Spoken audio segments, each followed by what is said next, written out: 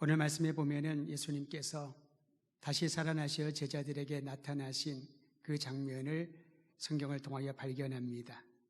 안식 후 첫날 저녁에 예수님의 제자들이 한 곳에 모였다라고 합니다. 안식 후 첫날 저녁이니 오늘날로 말하면 주일 저녁이 되겠지요.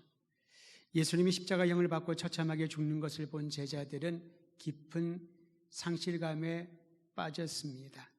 가장 사랑하고 존경하고 자신들의 미래를 보여주었던 주님이 십자가에 달려 처참하게 죽어가는 그 모습, 생각만 하더라도 끔찍하고 그들의 마음에 큰 상실감이 찾아왔습니다. 제자들은 자신들의 조직이 완전히 와해됐다라고 여겼을 것입니다. 한마디로 말하면 절망 그 자체였습니다. 그들에겐 더 이상 미래가 보이지 않았습니다. 어느 누구도 그들에게 무엇을 하며 살아야 할지를 제시해 줄 수 있는 사람은 없었습니다. 그런데 놀라운 소식이 들려옵니다. 그들과 함께 있었던 막달라 마리아가 이런 얘기를 전합니다. 예수님의 시신을 안치한 무덤이 비어있다 라는 얘기를 듣고 베드로와 요한이 무덤을 향하여 달려갔습니다. 그리고 그 사실을 확인했습니다. 무덤이 정말 비어있구나. 예수님의 시신이 어디로 가는지 모르겠구나. 그런데 여러분, 성경에 보면은 두 사람이 하나님이 예언하신 주님의 부활에 대하여서는 아직 깨닫지 못했다라고 말합니다. 분명히 예수님의 시신을 안치했던 무덤이 비어 있는데도 성경이 예언하시고 예수님이 말씀하셨던 부활의 사실을 깨닫지 못했다라는 거지요. 어떻게 그걸 알 수 있나요? 그 빈 무덤을 보고 난 이후에 베드로와 요한은 각자의 집으로 돌아갔더라. 이렇게 성경은 증언합니다. 우리가 예수님이 부활하셨다는 사실을 듣고 예수님의 시신이 누이었던 그 무덤이 비어있다는 사실을 우리가 들었음에도 불구하고 여전히 깨닫지 못하는, 그래서 각자의 삶의 자리로 돌아간 일들이 얼마나 자주 있나요? 상심에 빠진 마리아는 그 후 자신을 찾아오신 예수님을 만났습니다. 처음에는 그가 동산직인 줄 알았습니다. 그런데 그녀가 눈이 열려서 그에게 찾아오신 분이 바로 예수님이시요, 주님이 말씀하신 대로 부활하셨다라는 사실을 알고 얼마나 기뻤는지, 그리고 주님이 그녀에게 하신 말씀을 낱낱이 빠짐없이 제자들에게 달려가서 얘기를 합니다. 그저 예수님의 시신이 비어있는 무덤이 아니라 예수님이 정말 부활하셨다고, 예수님이 나에게 하신 말씀을 제자들에게 다 전해주었습니다. 그런데 그럼에도 불구하고 제자들은 막달라 마리아의 얘기를 받아들이지 않았습니다. 이것이 우리의 모습이 아닐까 싶습니다. 신앙을 가졌다고 하면서도 오늘 다시 우리가 2021년의 부활주의를 맞이하면서 주님 앞에 기도하면서 믿노라 말하지만은 여전히 성경의 말씀을 깨닫지 못하고 주님이 우리 가운데 함께 하셔도 그분의 부활의 사실을 믿지 못하는 그러한 삶이 아닌지 살펴보아야 할 것입니다. 혼란에 빠진 제자들은 유대인들을 두려워하여 모든 문이란 문은 다 닫아버리고 한 장소에 모여 있었다고 합니다. 이들이 왜 모였는지 여러분 한번 상상해 보십시오. 왜 모였을까요? 예수님의 부활 소식을 증거하려고? 그러면은 문을 꼭꼭 닫을 필요가 없겠지요. 요한복음이 이렇게 말합니다. 그들이 유대인들을 두려워했다고. 자신들의 정체가, 자신들의 소재가 파악되어서 해코지 당할까 봐 두려워했던 것입니다. 영적으로 고립되어 있고 사회적으로 고립되어 있는 것이 오늘 성경 본문에 나오는 제자들의 모습이었습니다. 바로 그때 부활하신 예수님이 그들 가운데 나타나셨습니다. 나 홀로라고 생각할 때에, 아무도 나를 이해하지 못하고 세상이 나를 버렸다라고 여길 때에, 무엇을 해야 할지, 어떻게 살아야 될지 막막한 가운데 있을 때에 부활하신 예수님이 내 안에, 우리 가운데 찾아오시는 이 은혜를 잊지 말기를 주의 이름으로 축원드립니다. 부활하신 예수님이 제자들에게 나타나셔서 하신 말씀이 있습니다. 세 가지 말씀을 하셨는데요. 첫 번째는 19절에 기록되어 있습니다. 우리 함께 19절 말씀 같이 읽도록 하지요. 시작. 이날 곧 안식 후 첫날 저녁 때에 제자들이 유대인들을 두려워하여 모인 곳의 문들을 닫았더니 예수께서 오사 가운데 서서 이르시되 너희에게 평강이 있을지어다. 예언의 말씀을 깨닫지도 못하고 예수님이 부활하셨다는 그 사실을 전하는 막달라 마리아의 말도 믿지 못하고 여전히 두려워와서 고립되어 있는 그 제자들에게 나타나서 주님은 꾸짖거나 책망하지 않았습니다. 그들의 불신에 대하여 지적하거나 또 다른 조언이나 교훈하지 않으셨습니다. 예수님은 제자들에게 가장 필요한 것이 무엇인지를 아셨습니다. 그것은 평강입니다. 그러기에 예수님은 그들 가운데 서서 말씀하셨습니다. 너희에게 평강이 있을지어다. 오늘 예배하는 모든 성도들에게 동일하게 우리의 불안과 염려와 외로움과 고통을 아시는 주님께서 찾아오셔서 위로하시고 격려하시는 주의 음성 들으시기를 바랍니다. 너희 모두에게 평강이 있을지어다. 주님의 평강이 없다면 어떻게 이 땅을 살아갈 수 있을까요? 로마 제국의 비호 아래 종교 지도자들이 연합하여 예수님의 십자가형에 처했습니다. 일생을 걸고 따랐던 예수님을 잃어버린 제자들은 두려워할 수밖에 없었지요. 이처럼 인생의 불확실성은 우리로 하여금 극심한 두려움에 빠지게 합니다. 지금 우리가 그것을 경험하고 있지 않습니까? 어디를 가야 안전할까? 누구를 만나야 안전할까? 두려움과 불안이 우리를 엄습하고 있습니다. 이때 부활하신 주님을 만난 이들에게 주님께서는 이 평강을 허락하여 주기를 원하십니다. 두려움이 가득 차면 우리의 의식과 감각과 행동은 무뎌지게 되어 있습니다. 여러분 그렇지 않을까요? 마치 마취제를 맞는 것처럼 나의 의지와 상관없이 생각이 멈춰버립니다. 행동이 멈춰버립니다. 무감각해져 버리게 되지요. 그 결과 정신이 혼란스럽고 아무것도 하지 못하는 무기력한 상태에 빠지게 하는 것이 두려움의 위력인 것입니다. 예수님이 십자가에 달려 돌아가셨을 때 제자들이 그러했습니다. 고난 가운데 우리가 처해 있을 때 우리 또한 그러합니다. 아무것도 하지 못하고 그저 한숨만 푹푹 쉬면서 어떻게 해야 되지? 그것이 우리의 상태 아닐까요? 그런데 예수님은 고난 가운데 있는 이들에게 찾아와 주셔서 두려움을 몰아낼 수 있는 하늘의 평강을 허락하여 주십니다. 이 평강은 세상에서 얻을 수 있는 것이 아닙니다. 우리가 노력하거나 어떤 대가를 지불해서 얻을 수 있는 평강이 아닙니다. 만약에 그럴 수만 있다면 얼마나 좋을까요? 조금 더 착하게 살고 선한 덕을 쌓고 많은 사람들에게 인정받을 만한 그런 공헌을 하고 그래서 평강을 누릴 수 있다면 우리는 최선을 다할 것입니다. 근데 그렇게 얻은 평강은 금방 사라집니다. 환경이 변하면 동시에 내 마음에 찾아온 평강도 사라집니다. 주변의 사람들이 우리에게 더 불안하게 만듭니다. 그러나 주님이 주시는 이 평강은 영원합니다. 왜냐하면 예수 그리스도가 평강의 근원이시기 때문에 그렇습니다. 사도 바울은 담대하게 선포합니다. 주는 우리의 평화이십니다. 막힌 담을 허물어 주십니다. 우리의 불안과 두려움을 제거해 주십니다. 오직 예수님만이 우리의 평강이십니다. 어떤 두려움이 찾아올 때마다 평강이신 그리스도 예수의 이름으로 선포하며 그 평강이 여러분의 것임을 믿기 바랍니다. 요즘 코로나 블루라는 얘기를 많이 쓰지요. 어떤 분들이 코로나 블루 하니까 코로나 바이러스가 파란색인가? 그렇지 않습니다.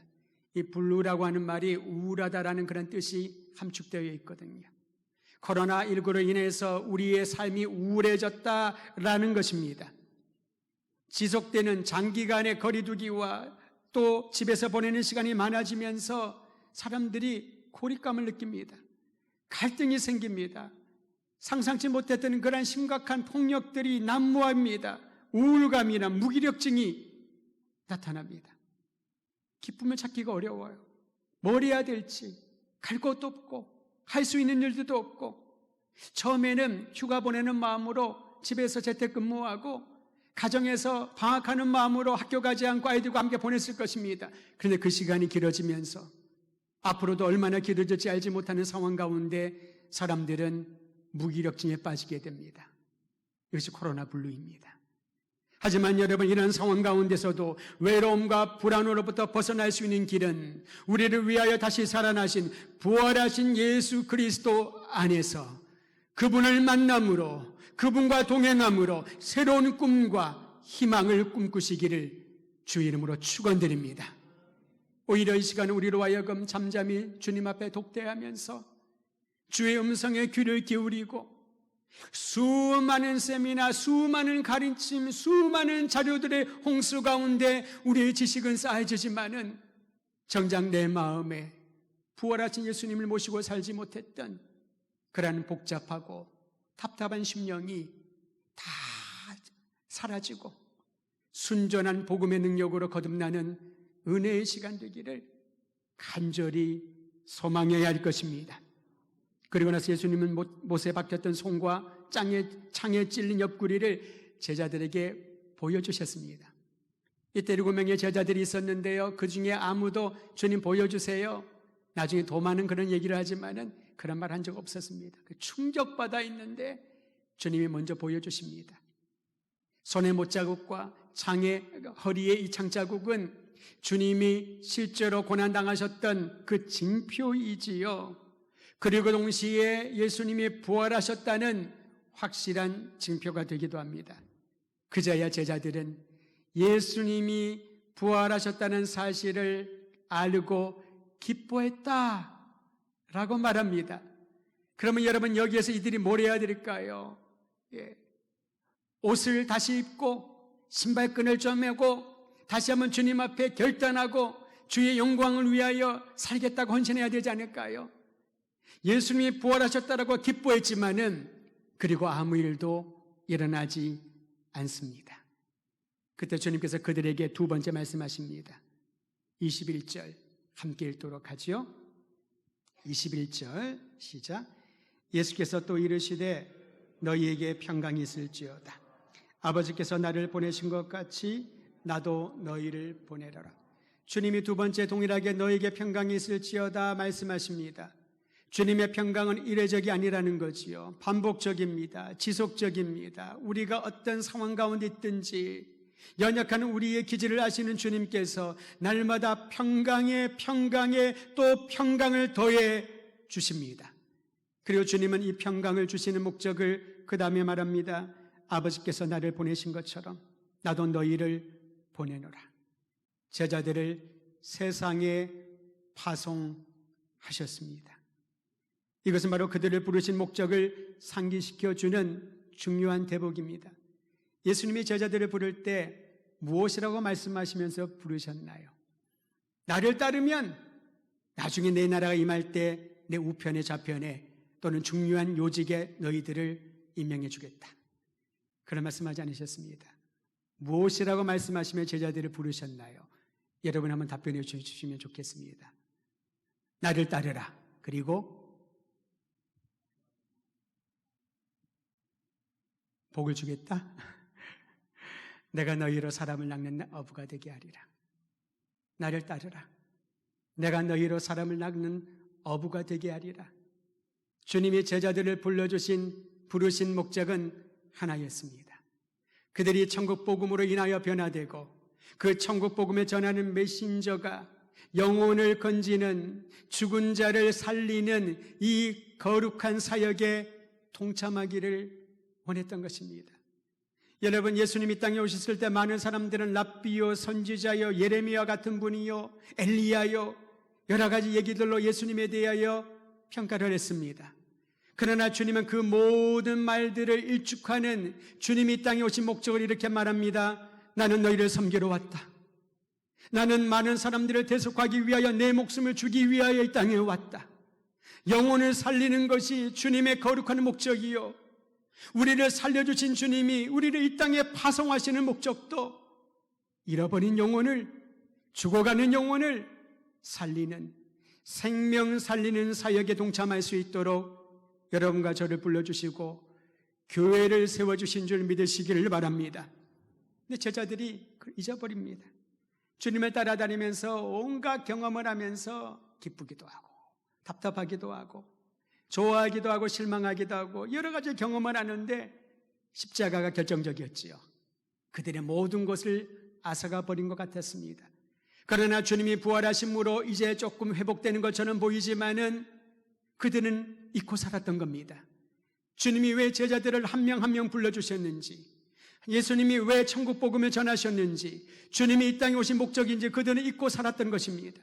여러분, 우리가 교회를 모이는 목적이 무엇일까요? 내 자신의 행복과 나와 관련된 사람들이 번영하고 잘 되기 위하여서 우리가 예수를 믿고 신앙생활한다면 그것은 정말 잘못된 방향을 잡고 있는 것입니다.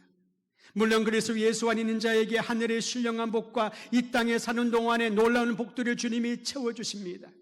일용할 양식을 주시고 육신을 치유해 주시고 우리에게 이 땅에 공헌할 수 있는 지혜와 재능을 더하여 주시지요. 존중이 받을 수 있는 존귀한 사람으로 살아가게 하십니다. 근데 그게 다 끝이 아니라는 거지요. 그게 예수 믿는 목적이 된다면 오늘 주님 앞에 진실된 마음으로 참회하며 나가야 할 것입니다.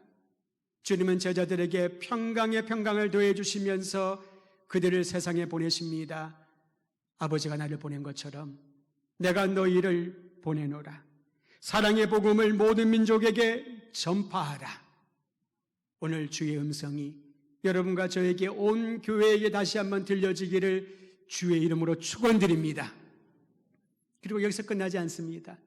예수님은 세 번째 말씀을 통하여 자비로우신 주님께서 이 사명 감당할 수 있도록, 생명 살리는 사명 감당할 수 있도록 성령의 능력을 더해 주십니다. 우리 함께 세 번째 말씀을 보도록 하지요. 22절입니다. 같이 읽지요. 시작.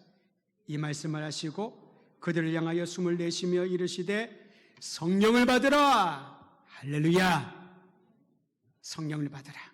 근데 여러분, 주님이 성령을 받으라 그냥 말씀으로 끝나지 않고 그 이전에 독특한 행동을 하십니다. 제자들에게 숨을 내쉬며, 태초에 하나님이 사람을 창조하실 때, 흙으로 사람을 창조하실 때 창세기 2장 7절에 보면 이렇게 기록되어 있습니다. 생기를 불어넣으시니 그 사람이 진정한 생명체, 생명이 된지라. 흙으로 빚어놓은 그 상태에는 우리는 아담아 사람이라고 칭합니다. 그러나 그 사람이 그것으로 온전한 사람이 되는 것이 아니지요. 하나님의 생기, 곧 성령이 임하여야지만 그가 진정한 생명체, 하나님의 영광과 주의 사랑을 드러내는 생명체가 되는 것이지요. 생명이 있어야 움직일 수 있지 않습니까? 살아있어야, 생기가 있어야 사명을 기억하고 그 사명을 충성을 다하지 않을까요? 가는 우리가 예수를 믿고 신앙생활을 하지만 생기가 없이 살아가는 분들이 있습니다. 그것은 우리 육적인 생기지요. 오늘 이 시간에 말씀을 드리면서 성령의 기운이 임하여서 우리의 육적인 기운까지 소성시키시는 우리 하나님의 놀라운 은혜 경험하기를 주의 이름으로 축원드립니다. 성령의 능력이 임해야 천국 복음을 전파할 수 있습니다. 주님이 열어주시는 새로운 세상에 대한 꿈과 희망을 갖게 되는 것이지요.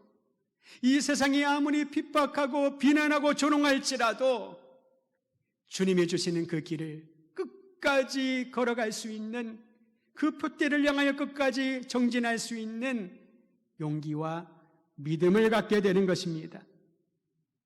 사랑하는 성도 여러분, 3년 동안 예수님의 제자 훈련을 받으면서 많은 지식과 경험들을 가졌지만 환난과 핍박이 찾아오자 그 제자들의 헌신은 물거품처럼 사라져버렸습니다.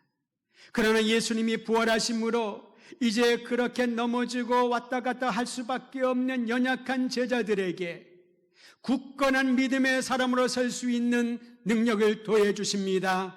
부활의 증인으로 살아갈 수 있도록 성령을 부어 주신 것입니다. 오늘 이 시간 예배드리는 모든 분들에게 우리를 만나주신 부활하신 예수 그리스도의 명을 따라 성령의 충만함을 입고 생명을 살리는 귀한 사역에 날마다 나아가기를 우리 주의 이름으로 축원드립니다. 성령이 함께 하셔야 감동과 변화가 일어납니다. 불가능을 가능케 하는 위대한 역사를 보게 될 것입니다. 할렐루야.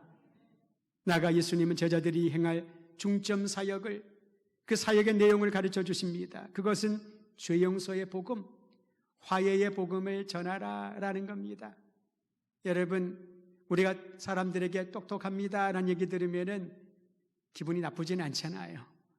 조금 어리석습니다 그런 얘기 들으면은 마음이 좀 상하지요.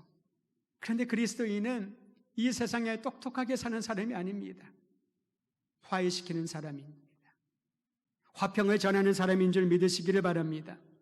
깊은 상처와 아픔과 고통이 있는 것을 치유하시는 그리스도의 사랑을 전달하는 사람입니다.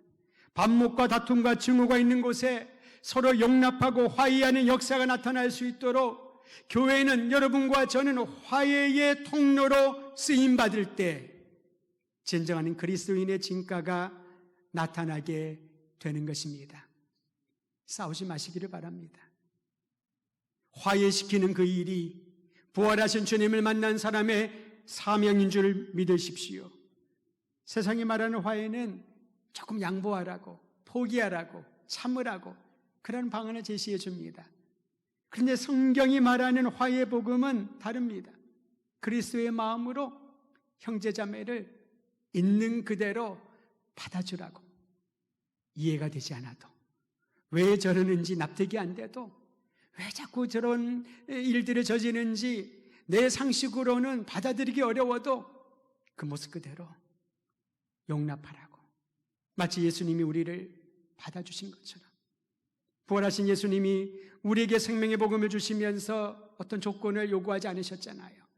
이 정도는 되어야 너희가 이 복음을 받아들일 만한 자격이 된다. 오히려 제자들은 자격 상실 아닐까요?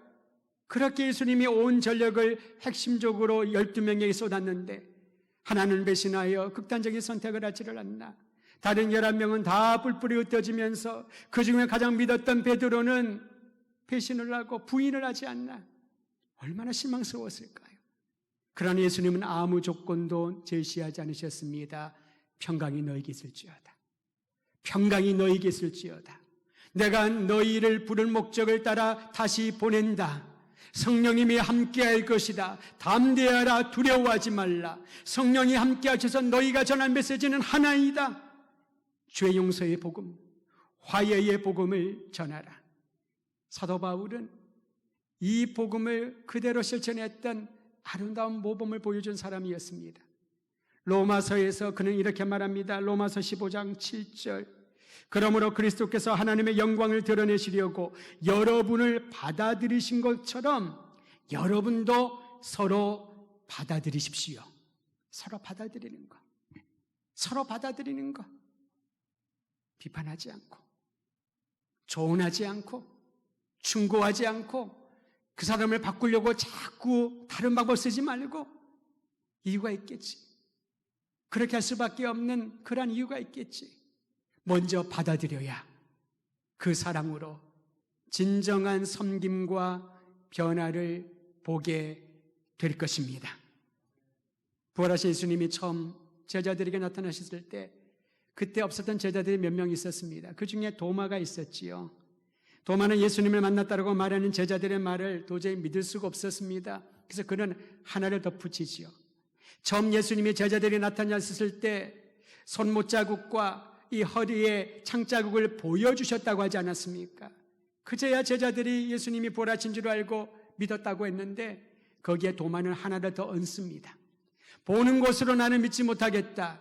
내가 그 손의 못자국과 허리의 창자국에 손을 넣어봐야 되겠다. 그렇게 얘기를 합니다. 합리적이고 당연한 생각처럼 보입니다. 그로부터 8일이 지난 후에 도마를 비롯한 제자들이 다시 모여 있는데 여러분 여기도 보십시오. 주님의 성령을 받으라까지 말씀을 하셨는데 또 그들은 여전히 문들을 닫고 한 곳에 모여 있었다고 합니다. 어쩌면 처음에 부활하신 예수님을 만난 제자들이 아닌 다른 제자들이 그렇게 얘기하지 않았을까 싶습니다. 무슨 소리냐? 아직도 유대인들이 우리 찾고 있을지 모르는데 문을 닫아야 된다라고. 그런데 그곳에 예수님이 다시 나타나셔서 동일하게 이렇게 말씀하십니다. 너희에게 평강이 있을지어다. 아직까지 두려워하고 아직까지 불안해하고 부활하신 주님을 알고 깨닫고 믿었지만은 또다시 예전으로 돌아가는 불신앙의 이 모습을 주님을 모시고 안타까워하기보다는 마치 알고 계셨다는 듯이 동일하게 말씀하십니다. 평강이 너희에게 있을지어다. 그리고 도마에게 직접적으로 말씀하십니다. 도마야, 이 손의 못자국에 허리의 창자국에 네 손을 넣어보아라. 도마가 가슴이 덜컥했을 겁니다. 어떻게 주님이 내 마음을 알았지? 어떻게 주님이 내 마음을 알았지? 근데 여러분, 초점은 그 다음입니다. 27절에 보면 주님이 말씀하십니다. 불신과 의심 가운데 신앙이 멈춰있는 도마에게, 도마처럼 환경 때문에 우리의 신앙이 멈춰있는 모든 오늘날의 성도들에게 주님이 말씀하십니다. 그리하여 믿음 없는 자가 되지 말고 믿는 자가 되어라. 보고 믿는 것도 귀하지만 보지 않고 믿는 자가 더 귀하도다. 예수님의 부활은 역사적인 사실입니다. 2000년 전으로 우리는 타임머신을 타고 그 현장에 부활하신 예수님을 우리의 눈으로 보고 그 상처 자국을 손으로 찔러 넣어서 이제는 믿겠다라고 말할 수 없을 것입니다. 여전히 우리의 눈으로 보지 못했지만은 그러나 지금 살아계셔서 주님의 부활하심을 우리 가운데 다시 성령의 능력으로 깨닫게 하시고 감동시켜 주시고 믿음으로 받아주게 하시는 우리 주님을 바라보며 그 평강을 오늘 이 아침에 누리시기를 바랍니다. 나태하고 의심과 두려움과 불안으로 둘러싸여 있는 이 장벽들을 뛰어넘으려면 오직 부활하신 예수님을 만나야, 그분을 나의 주, 나의 하나님으로 믿어야 이 세상에서 진정한 영혼 살리는 사명 감당하는 주의 종들로 살아가게 될 것입니다. 머물러 있는 신앙이 내 안에 있다면은 오늘 움직이게 하시는 부활하신 예수님을 만나십시오. 우리에게 부어주신 성령으로 충만하십시오. 남은 생에 주님 빼없는 그날까지 주께서 주시는 사명, 한 영혼 한 생명을 살리는 귀한 일에 헌신하는 더드림교회 성도들 되기를 주의 이름으로 축원드립니다.